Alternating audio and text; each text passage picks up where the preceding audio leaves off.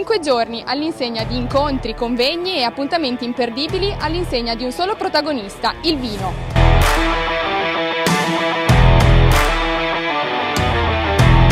Cosa pensa Luca Zaia del vino in generale?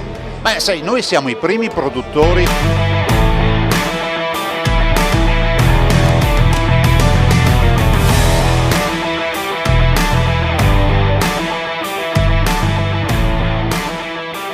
C'era una bella canzone italiana che faceva fiumi di parole tra noi. Ebbene oggi i fiumi non saranno di parole ma di vino. Siamo qui a Verona per una delle kermesse più importanti dedicate al vino, il Vinitaly. Precisamente ci troviamo davanti allo stand della nostra regione, Regione Veneto. Seguiremo gli eventi organizzati dall'AIS Veneto, seguiremo degustazioni e intervisteremo personaggi di spicco del mondo di vino.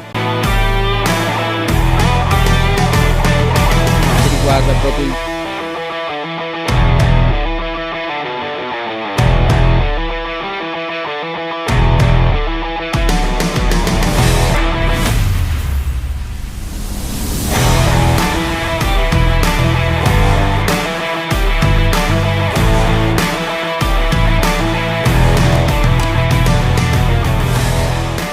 Buongiorno a tutti, sono Sandro Tosonero dell'azienda Sandro De Bruno. Ma oggi volevo far assaggiare il Durello, farvi conoscere questo vino che ancora pochi conoscono, però è una bella chicca del nostro territorio. Una buona degustazione a tutti voi.